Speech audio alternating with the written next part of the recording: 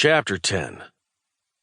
Tillman winced at the scream of the truck's backup alarm as the rear of the concrete mixer crept slowly backward. He and Sonny had rolled Dice's body up in an old blanket and stashed it in one of the storage rooms after the Barstow president had left. Later in the afternoon, Sonny called one of the Rattlers who worked as a driver for Simpson's and told him to figure out a way to make sure his truck was the last one back to the plant that night, and to leave the engine running without emptying the overage. It was well after dark that evening when the truck rolled through the gate. The driver waved at Sonny, got in his personal car, and went home for the night. Now Tillman was holding a cigarette with one hand and guiding Sonny with the other. Sonny backed the cement mixer into position, inching it closer to the bunker block form. When it was the right distance away, Tillman closed his fist and Sonny braked to a halt.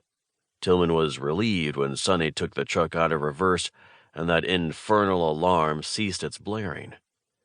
Now the only sound was the idling of the truck's diesel engine and the sound of wet concrete sloshing around inside the rotating drum.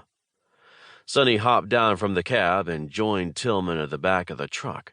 They rotated the mud chute around, positioning it over the wooden form. They paused long enough to take one last look at Dice's body down inside the bunker block form. They dumped the corpse unceremoniously into it, then Sonny had jumped down inside to arrange him so that the body was positioned in the center of the space. He'd made sure Dice's arms and legs were tucked in close, not sprawled out towards the walls of the forming box. Lastly, he had pulled the little .22 pistol out of his waistband, wiped its surfaces down thoroughly on the tail of his shirt, and tucked it into Dice's own pocket.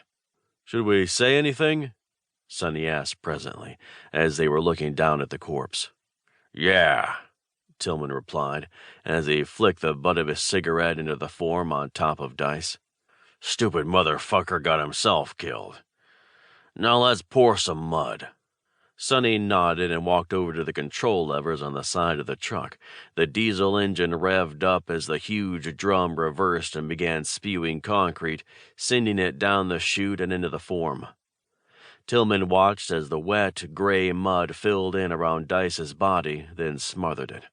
Sonny had asked the ready-mix plant operator, another rattler on the payroll at Simpson's, to accidentally mix up a few extra cubic yards in this batch, so there was plenty to cover the body, plus another foot or so. Additional overage deposits from other loads the next day would top off the form, encasing the body in 10 tons of solid concrete.